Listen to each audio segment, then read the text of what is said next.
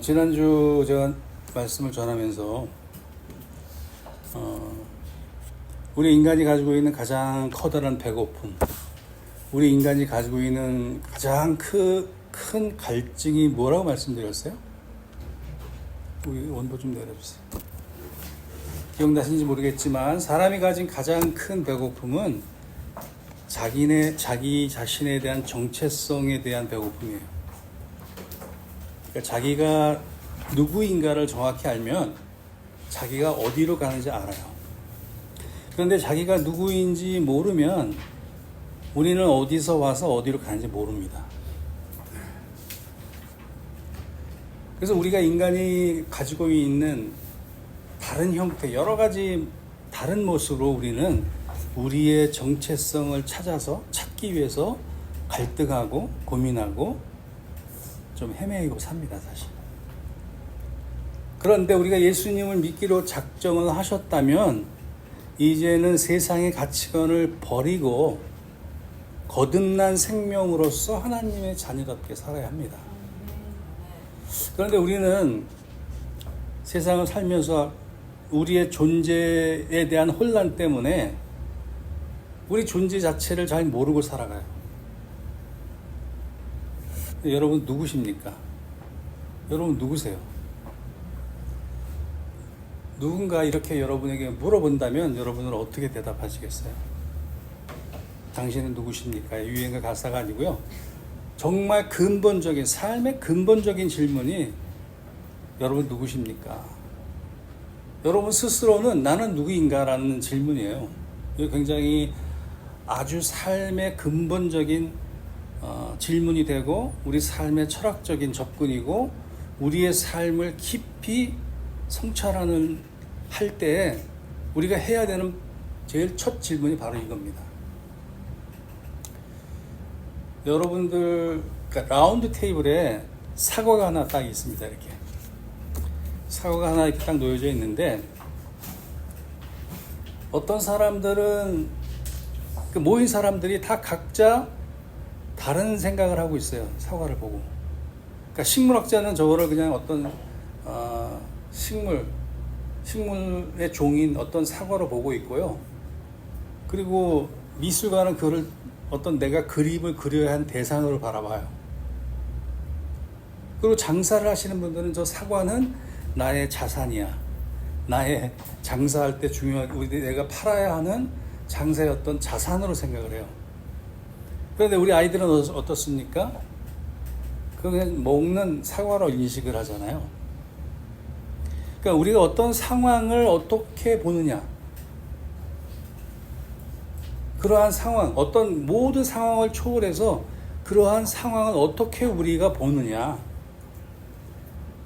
그러한 관점이 우리가 여러분 각자가 세상을 바라보는 관점이 다 다르기 때문에 여러분이 가지고 계신 여러분 자신이 누구냐인 것에 따라서 세상이 달리 보이는 거예요.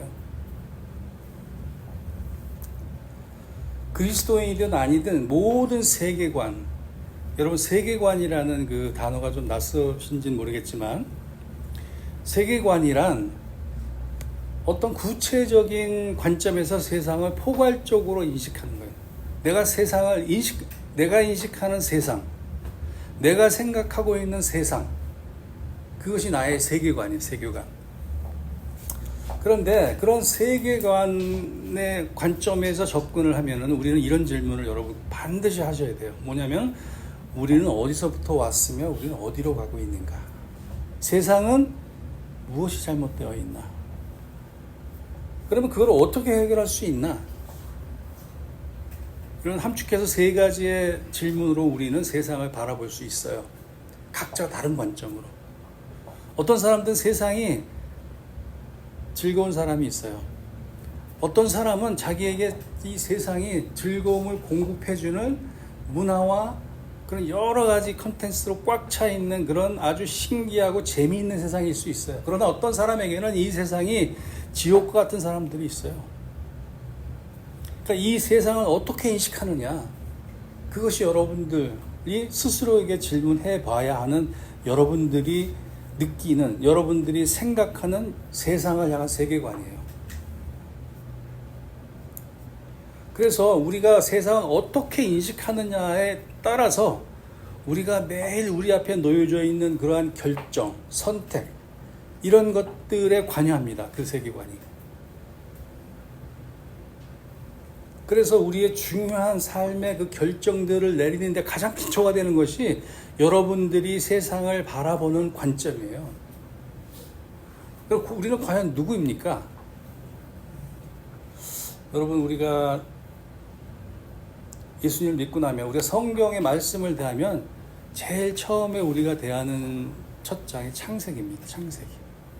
창세기 보면 하나님이 7일간에 걸쳐서 온 땅을 혼돈과 어두움에 가득 차 있던 이 땅, 그 천지를 창조하시잖아요.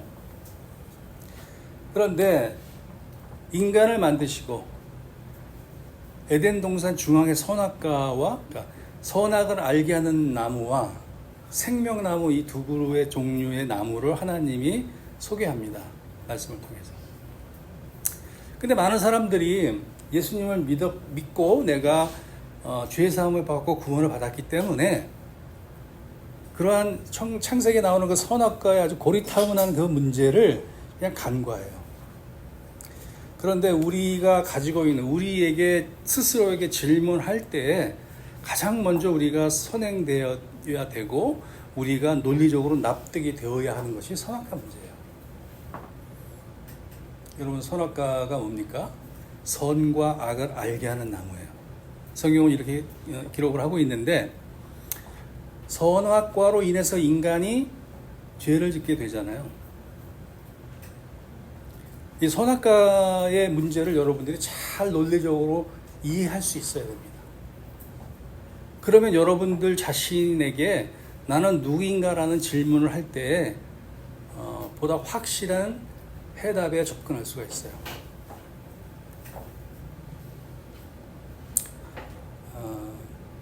성경이 말하는 선악과는 사람이 스스로 어떤 것을 기준으로 삼든 간에, 어떠한 것을 기준으로 삼던 간에 어떤 것이 선하고 어떤 것이 악하다고 판단하는 그 본질을 말하는 거예요. 그러니까 선악과를 따먹고 나서 인간이 어떻게 했어요? 선과 악에 대한 자기의 판단이 서기 시작했어요. 그게 죄라는 거죠. 근데 우리는 그것을 굉장히 하찮은 걸로 생각하고 별로 중요하지 않다고 여겨요. 많은 사람들은 그 왜 하나님이 선악과를 거기 두셨나, 이런 질문을 반대로 합니다. 제가 오늘 책에서 읽었는데 그 선악과에 대한 질문을 아주 고집스럽게 질문하고 이렇게 뭐라 그러죠? 꼬투리를 잡아가지고 목사님을 괴롭히는 한 장로님이 계셨는데, 그 장로님에게 목사님이 아무리 설명을 해도 이해가 안 되시더래요. 그런데 그 목사님이 이제 한번 실제적으로 선악과에 대한 것을 그 장로님이 깨달으셨는데, 뭐냐면은 목사님이 교회 장로님들을 다 집으로 초대해가지고 식사를 하려고 초대를 했답니다. 근데 그 장로님, 선악과에 대한 질문에 해답을 못 얻고 굉장히 목사님을 귀찮게 하시고 못 살게 구르셨던 그 장로님이 제일 처음에 오셨대요. 그 목사님 댁에. 그래서 이야기를 하다가 다른 장로님들이 오시니까 목사님이 이제 마중을 하러 나간 사이에 목사님이 그 차려진 상에, 음식에 차려진 많은 음식 차려줬던 그 상에 커다란 냄비가 하나 있었는데, 뚜껑이 이렇게 닫혀 있었는데, 장로님 이거 열어보시면 안 됩니다 라고 했대요. 그리고는 다른 장로님이 오시는 분들을 마중하게 해서 목사님 나가셨는데 그 장로님이 막 호기심이 생긴 거야. 이거 열어보지 말라 그랬는데 막 열어보고 싶은 거야. 그래가지고 냄비의 뚜껑을 살짝 열었더니 그 안에 새가 있었던 거예요. 그리고 후다닥 날아간 거예요. 그래가지고 다른 장로님이 다 오시는데 그 장로님은 그 새를 잡으려고 난리법석이 난 거예요. 좀 이해가 되시나 모르겠네. 목사님은 장로님들을 굉장히 좀 후대하고 수고하셨기 때문에 좋은 음식을 대접하려고 음식을 잘 이렇게 상위에 차렸는데, 목사님이 잠시 자리를 비우는 사이에 그 냄비 안에 있는 그 음식이 뭐겠어요? 그 장로님들과 다른 장로님들을 대접하기 위한 아주 귀한 음식이었는데 그 장로님이 그거를 열어보는 바람에 완전히 세상마다 파토가 난 거죠. 그러니까 똑같습니다. 하나님은 사람을 지으시고 자기 형상대로 사람을 지으시고 에덴에 두셨잖아요. 근데 에덴에 두셨는데 에덴에서 너희가 지낼 때 모든 것을 다 너희가 먹고 마시고 다 할 수 있지만 이 선악을 알게 하는 이 나무를 열매만은 먹지 말아라. 그럼 너희가 종종 죽으리라. 이렇게 하나님 말씀하셨잖아요. 그런데 어떻게 했어요? 인간이 뱀의 유혹을 못 이겨서 그걸 따먹게 되잖아요. 그런데 따먹고 나서 이 인간들이 가지고 있는 첫 번째 반응이 뭐냐면은 자기들이 벗은 줄 알고 자기들이 벗은 줄 알았다라는 거예요. 그게 부끄러워서 나뭇잎을 따다가 몸을 가렸다라는 거예요. 그러니까 선악과를 먹어가지고 다이어트가 되는 바람에 뭐 입고 있던 옷이 이렇게 내려간 것이 아니라 그렇게 자기들이 옷을 벗고 있는 것이 부끄러웠다라는 거예요.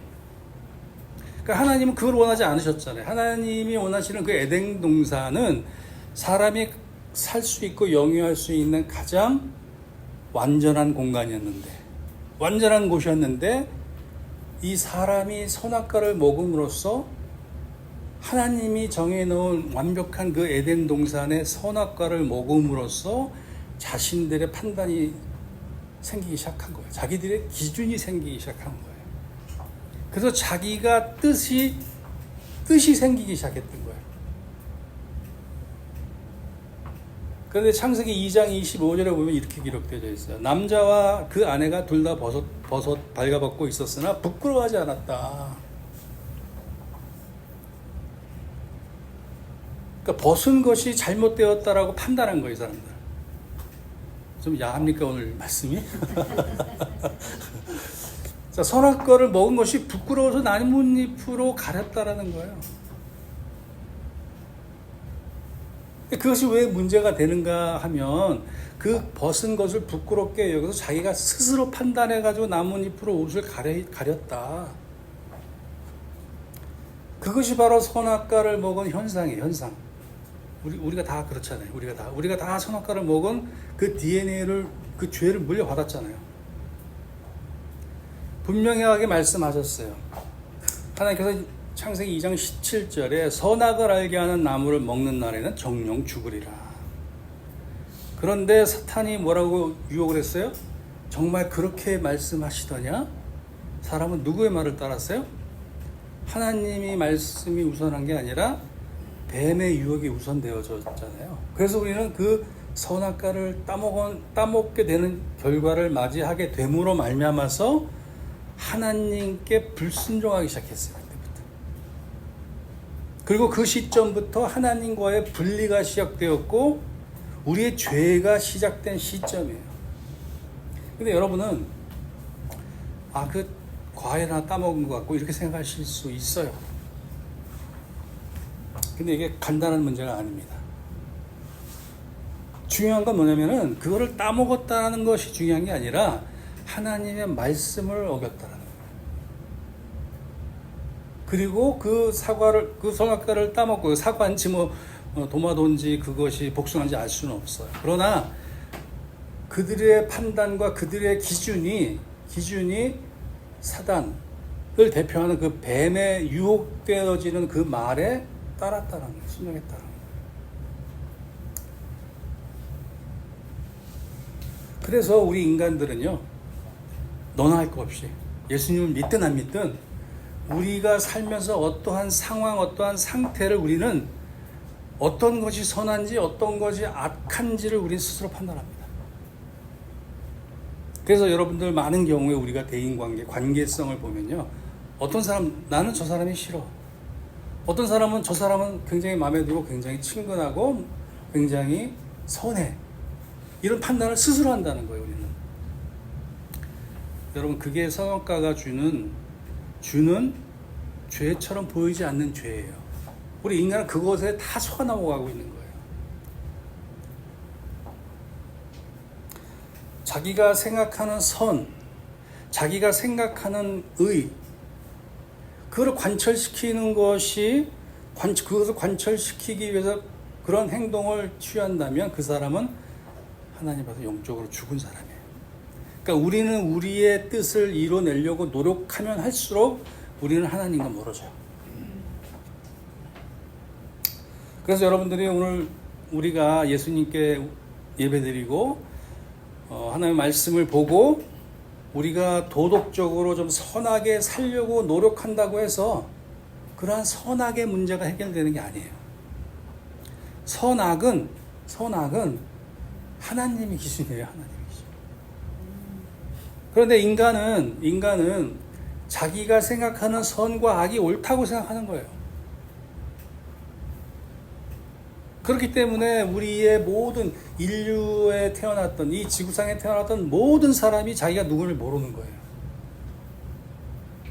어디서 와서 어디로 가는지 모르는 거예요. 그 정답은 오직 하나, 하나님으로부터 출발해요. 하나님을 알면 우리가 누군지 알아요. 우리의 정체성이 하나님 안에서 결정이 되잖아요. 우리 하나님의 자녀잖아요. 그런데 우리 하나님 믿기 전에는 어떤 자였어요? 어떤 사람? 우리는 그저 선악간을 따먹고 내가 생각하는 선과 악이 옳다고 생각하며 사는 사람들이에요.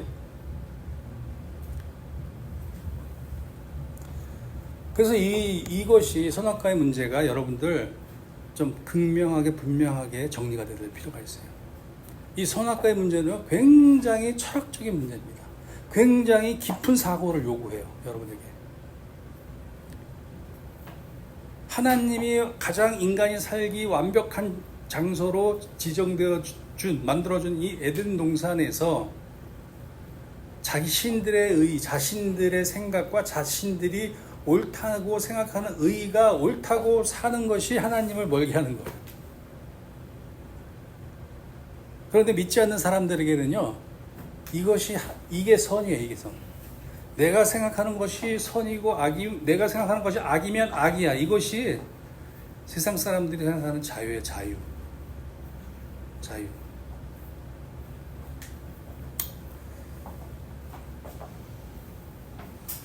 그래서 우리는 영적인 이 생명이 되살아나야 합니다.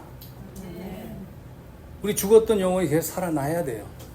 그러니까 우리가 원래 하나님의 형상대로 지음받았는데 우리가 그 하나님의 형상을 잃어버렸잖아요.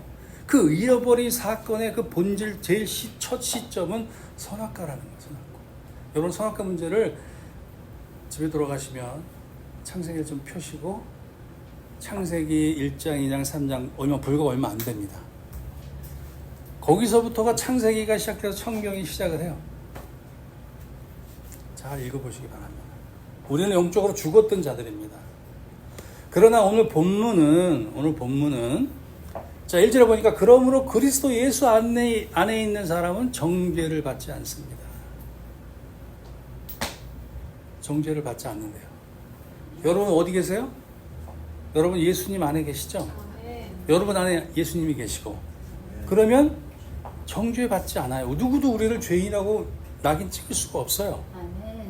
이건 굉장한 단순하게 느껴지는데 굉장한 선포예요. 그리스도 예수 안에 있는 사람은 정죄를 받지 않습니다. 그러니까 정죄를 받지 않는 거, 죄가 없다는 거잖아요. 그러니까 죄가 없으면 죄에 대한 대가를 치를 필요가 없어요. 죄의 삭은 뭐라고 그랬죠? 사망이잖아요, 사망. 근데 정죄받지 않는다라는 건 뭐죠? 우리가 영생을 얻을 수 있다는 말이잖아요. 그렇게 우리가 해석할 수 있잖아요. 그래서 우리가 그리스도 예수 안에 있기 때문에 얻는 은혜가 있어요. 그게 바로 정죄받지 않는 은혜입니다.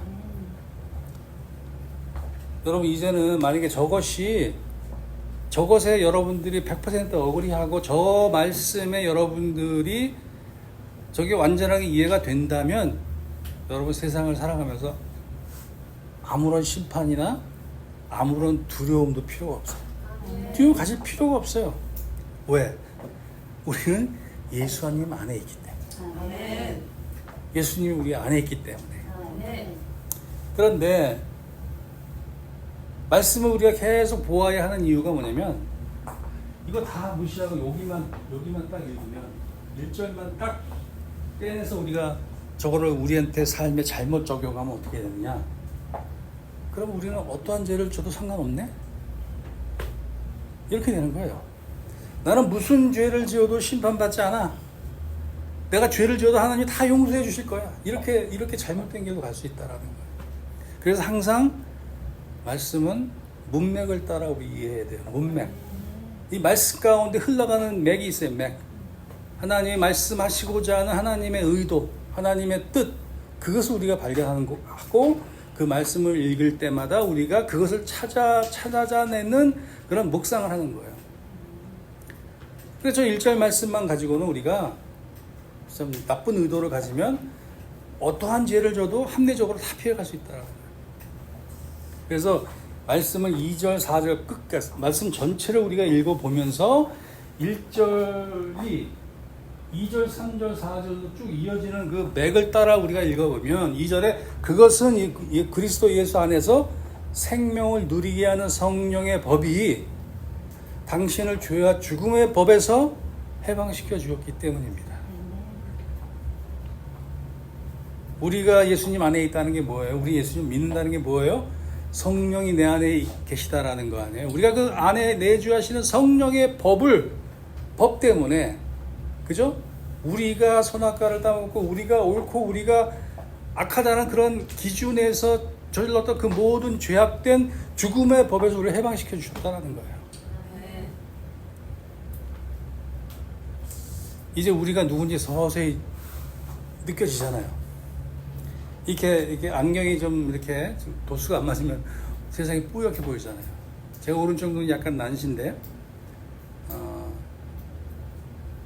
점점 나빠지고 있어요 지금. 그런데 안경 이제 고쳐서 이렇게 도수를 바꾸지 않으면은 세상이 뿌옇게 보여요. 그와 똑같이 우리의 믿음과 우리가 어떠한 존재라는 것이 분명해지지 않으면 우리의 믿음은 흔들릴 수밖에 없어요.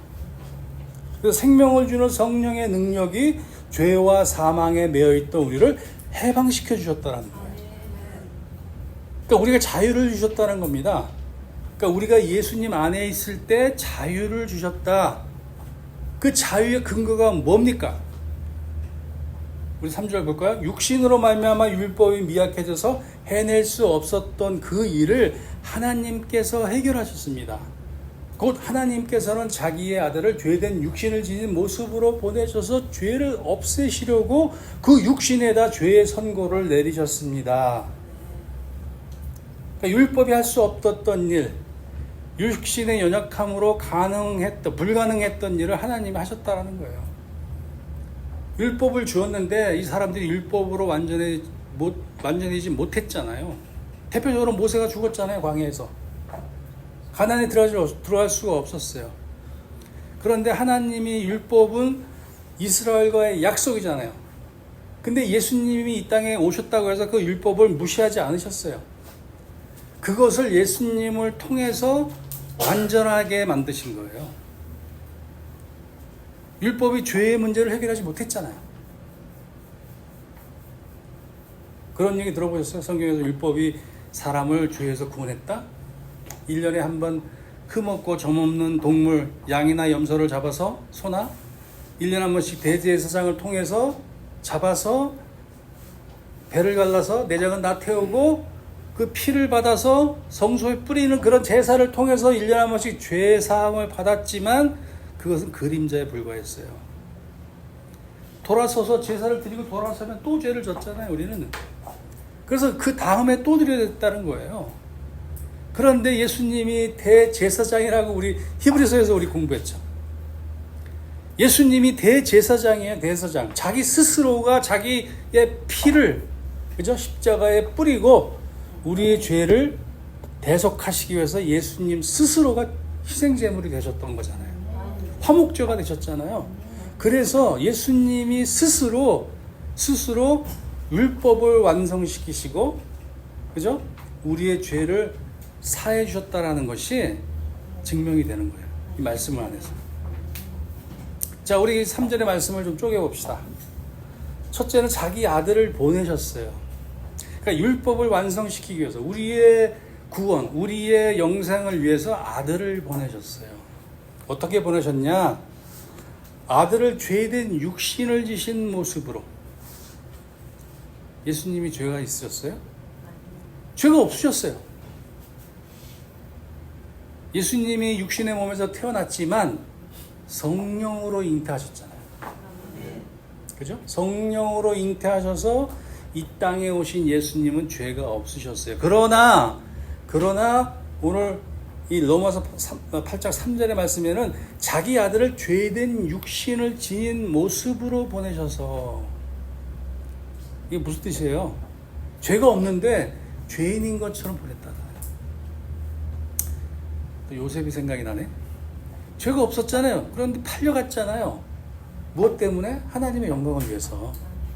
그와 똑같이 예수님도 죄가 없으셨지만 죄된 육신을 지닌 모습으로,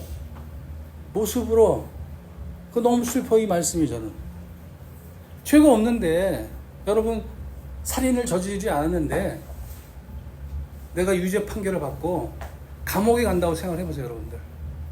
그 얼마나 억울하고 얼마나 분하겠어요, 여러분. 그 마음속에 분함이 있겠어요. 그런데 그 사람의 부모는 어떤 마음일까? 하나님이 이런 마음으로 보내셨다는 거예요. 자기 아들을 죄된 육신을 지닌 모습으로 보내셔서.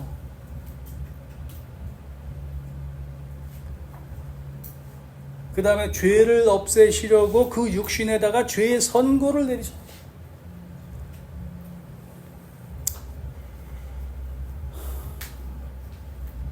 그러니까 하나님은 죄가 없으신 자기 아들을 십자가에서 물과 피를 흘리면서 우리 죄 때문에 돌아가신 거예요.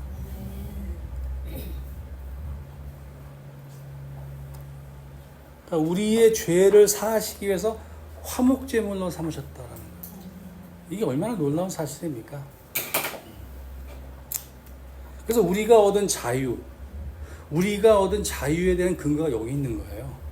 그러니까 하나님이 우리를 위해서 자기 아들을 죄를 지은 모양을 가지고 지은 모습으로 오셔서 우리 죄 때문에 십자가에 돌아가셨다. 이게 복음입니다. 이것을 여러분 믿으시면 그리스도인인 거예요. 한 발 더 나가서 3일 만에, 그러셨지만 죽으신 지 3일 만에 다시 부활하셨다는 그 사실을 믿는 것이 그리스도인인 거예요. 그리고 하나님이 이렇게 하신 목적이 있어요. 그 목적이 뭐냐?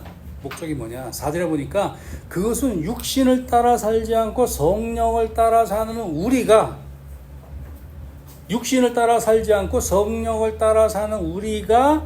율법이 요구하는 바를 이루게 하시려는 거예요.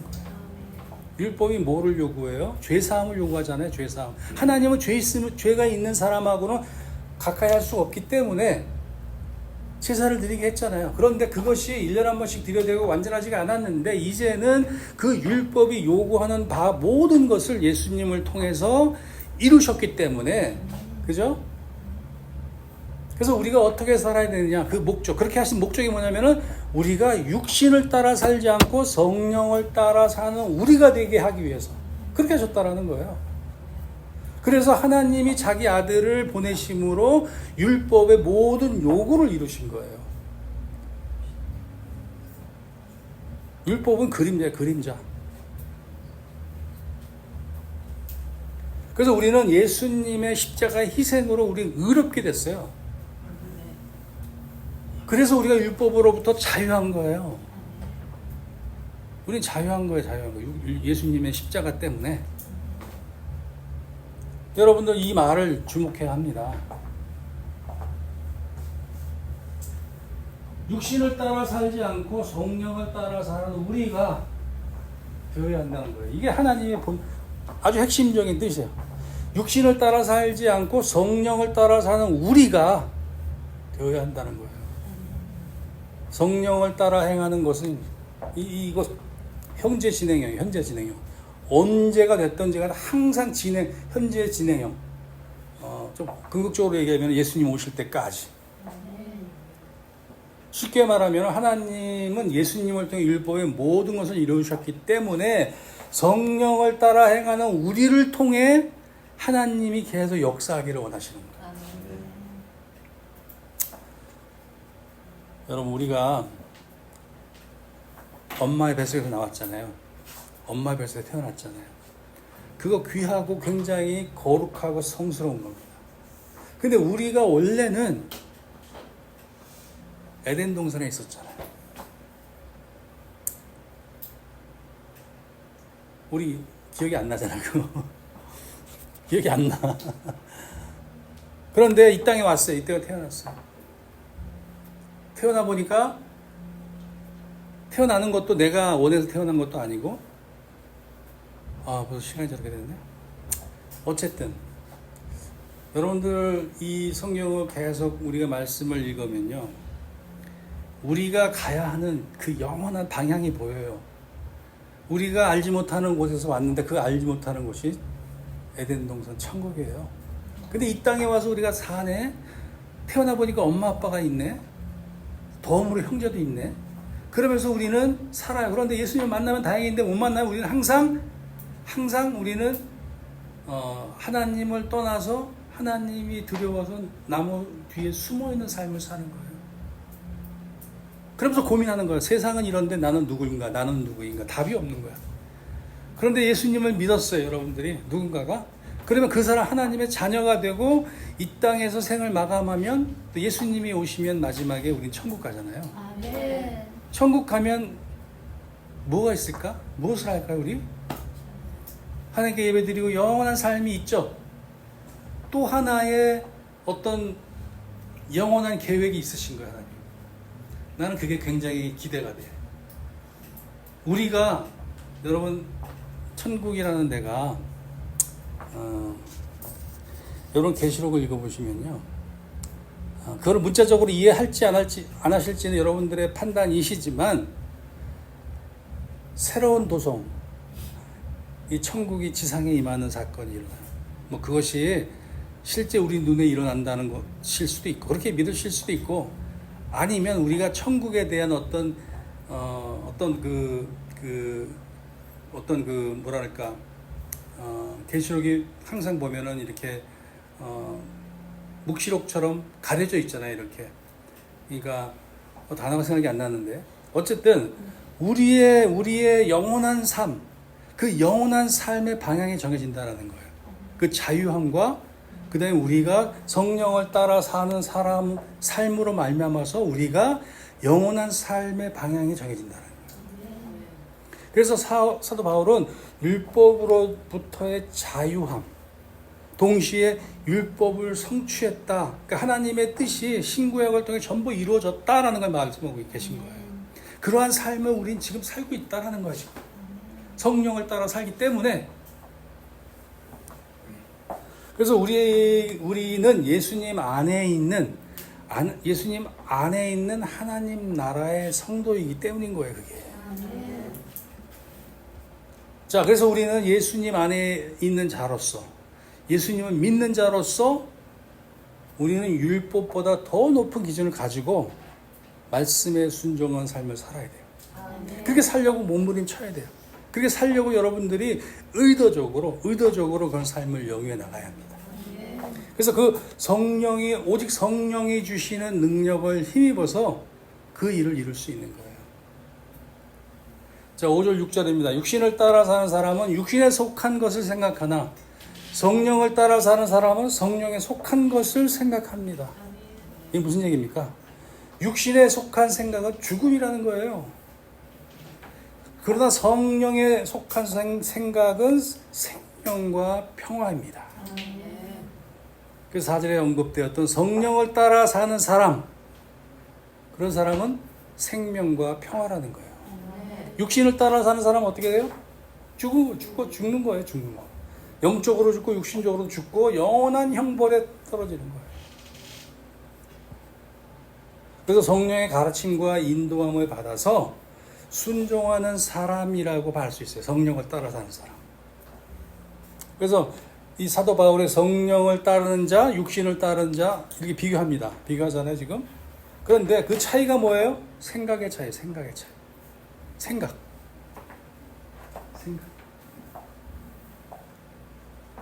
생각하나. 육신을 따라 사는 사람은 육신의 성령을 생각한다야, 생각. 성령을 따라 사는 사람은 성령에 속한 것을 생각합니다. 육신에 속한 생각이 사람을 죽이는 거예요. 우리가 어떤 생각을 하느냐에 따라서 우리가 죽을 수도 있고 우리는 영원한 생명과 평화를 얻을 수 있어요. 이 두 가지를 지금 사도 바울이 얘기하고 있는 거예요. 그래서 이 말씀을 통해서 우리가 여러분 어디 계시고 있는지, 어디 있는지 여러분들이 여러분의 삶을, 여러분의 생각을 돌아보아야 합니다. 나로 하여금 말씀에 집중하지 못하게 만들고 세상의 풍조에 내가 몰입하게 하는 관심사가 뭔지 여러분 되돌아보셔야 돼요. 나는 지금 무엇을 위해서 내가 지금 내 힘과 시간을 쓰고 있는가? 나는 어디에 관심을 두고 내가 에너지를 어디다 쏟고 있는가? 생각이라죠, 생각. 잠언 4장 23절에 보니까 그 무엇보다도 너는 내 마음을 지켜라. 그 마음이 바로 생명의 근원이에요. 우리 마음이 어떤 것을 담고 있느냐? 우리의 마음이 육신의 일을 생각하느냐? 우리 마음이 성령의 일을 생각하느냐?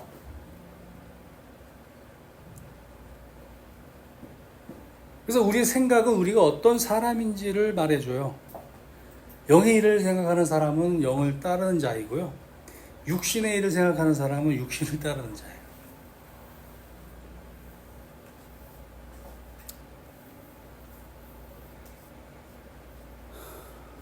자, 7절, 8절입니다. 육신에 속한 생각은 하나님께 품는 적대감입니다. 그것은 하나님의 법을 따르지 않으며 또 복종할 수도 없습니다. 육신에 매인 사람은 하나님을 기쁘게 해드릴 수가 없습니다. 탄식하고 있는 거예요. 그러니까 사람의 생각은 하나님과 사람 사이의 본질적인 관계에 근거하고 있어요. 우리가 하나님을 어떻게 생각하고 있느냐. 그래서 육신의 생각은 사망이며 하나님의 원수가 되는 거예요. 하나님과. 그래서 사도 바울은 이 갈라디아서를 통해서도 이렇게 말한 바 있어요. 육신의 욕망은 성령을 거스르고 성령이 바라는 것은 육체를 거스릅니다. 이 둘이 서로 적대 관계에 있으므로 여러분은 자기가 원하는 일을 할 수 없게 됩니다. 그래서 하나님의 법에 굴복할 수 없고 하나님을 기쁘시게 할 수 없다라는 거예요. 하나님의 법을 즐거워하고 하나님을 기쁘게 할 수 있는 것은 오직 성령의 능력으로 생명과 평안을 가진 사람, 그렇죠? 영적인 사람, 예수님 안에 있는 사람의 특징이에요. 그것이. 오늘 사도 바울은 두 종류의 사람을 얘기하고 있어요. 육신을 따르는 사람, 성령을 따르는 사람. 육신을 따라 사는 사람은 아직도 죄로 인해서, 그 죄로 인해서라는 말을 제가 풀어서 설명드리면 아직도 그 선악 문제가 해결이 안 된 거예요. 아직도 선악과 나의 본질, 나의 정체, 나의 정체성이 정립이 안 된 사람은 아직도 선악과를 따먹고 하나님이 두려워서 나무 뒤에 숨어 있는 사람이에요. 성령을 따라 사는 사람은 죄로부터 회개하고 하나님을 믿어 성령을 따라 순종하는 삶을 사는 사람이에요. 분명합니다. 이것은. 이 두 종류의 사람은 서로 다른 생각을 하고 있어요. 그래서 어떻게 사느냐 하는 것은 그들이 가지고 있는 생각, 여러분들이 어떻게 사는가라는 것은 여러분이 무슨 생각을 하느냐에 따라 사라지는 거예요. 그래서 우리가 어떠한 생각을 하는 것이 굉장히 중요합니다. 그래서 이 두 가지 다른 생각이 엄청난 다른 결과를 만들어냅니다. 사망이거나 영원한 생명이거나. 생각을 어디에 두느냐? 어떤 생각을 하는 것이냐. 이게 굉장히 단순해 보이고 하찮게 보이지만 이것만큼 중요한 게 없어요. 여러분의 가치관, 여러분의 세계관이 하나님을 유일하신 창조주로 믿는 믿음 안에 있음을 믿고 고백하는, 그래서 성령을 따라 사는 여러분 모두가 되기를 바랍니다. 아멘.